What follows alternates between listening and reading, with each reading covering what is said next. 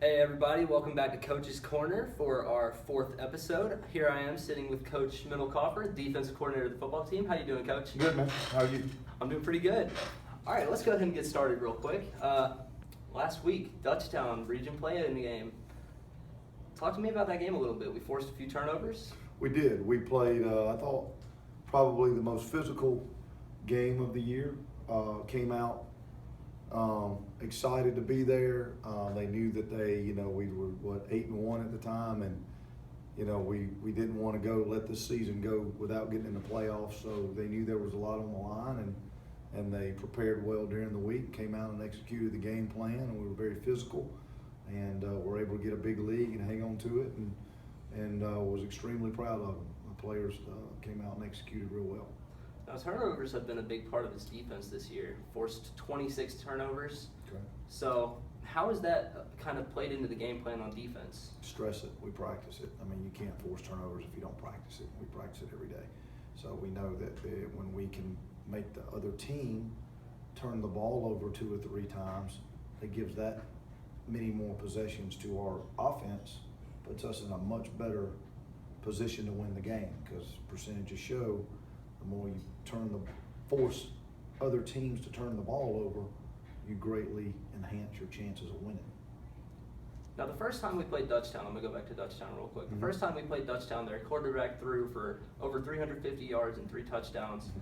But this last time, Mm-hmm. we held them to about 100 yards and no touchdowns Mm-hmm. in the air. Mm-hmm. So what were the biggest differences between the two games? Execution. I mean, players are now, they're in game 10 compared to game 3.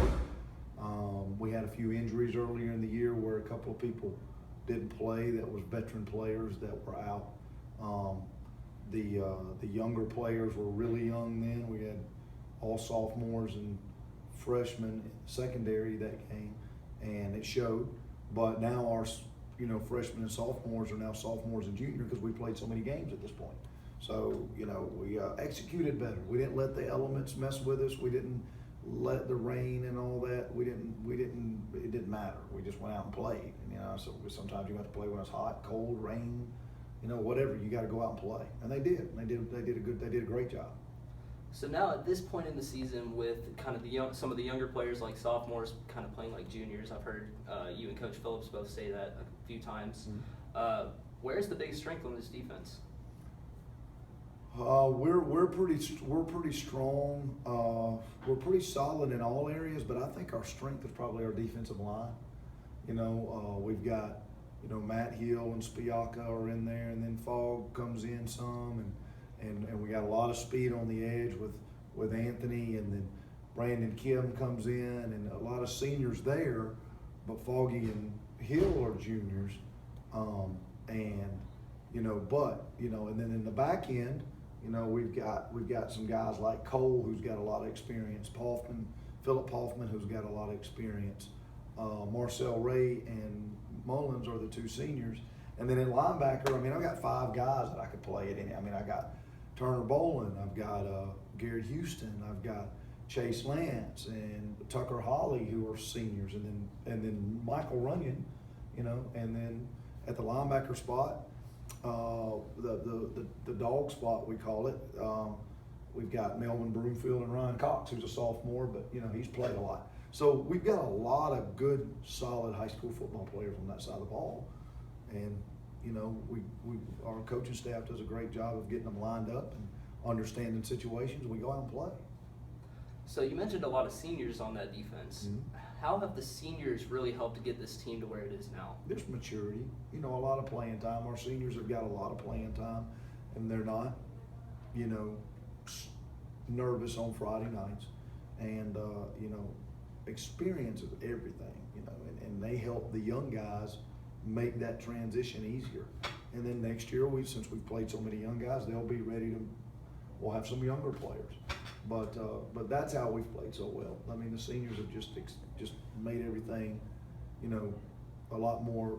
We've kind of simplified some things, and it's made it a lot more. Everybody's kind of cohesive. Everybody's on the same page. Right. And that comes from just playing together for however many years they've been playing together. I know that there's a lot of seniors that have had a lot of playing time over the years. That's right. So is that the goal, to get these younger players the type of experience to be able to do what these seniors are doing this year? Absolutely. I mean, you don't want to graduate 11 seniors and put 11 new people on the field the next year. You know, then that's when you have problems. You want to be able to have 5 or 6 guys to go out there next year that's played before on Friday night, and that just makes everything that much, that much simpler to game plan for, and their comfort level, and being able to just kind of relax and play and not playing, so tight that they're worried about making mistakes. That, to me, that's the difference. That's where we're a lot better this year than we were this time last year. Now, this time last year, we were making our first state playoff berth in the last 5 years since 2010. That's right. This year we're back playing Northside on Friday. That's right. What do you know about Northside so far? Very disciplined football team. They don't turn the ball over much. They're having one of their better years in school history. They have a tailback, they run the Auburn offense, so they have a back there that they really try to get the ball to a lot.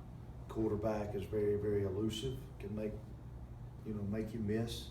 They have a wide receiver that's a big, tall target, and then they got a right tackle that's 6'6", 240, that's a Division I type athlete who we'll have our hands full with.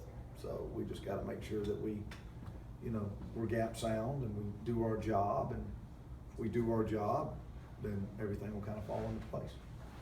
All right, Coach. Thanks a lot for doing this with us Anytime, today. man. Appreciate what y'all do. I appreciate all the publicity you give our players, and I think you guys do a great job with the paper and the online stuff. So thanks for coming by. Well, I really appreciate that. Okay, man.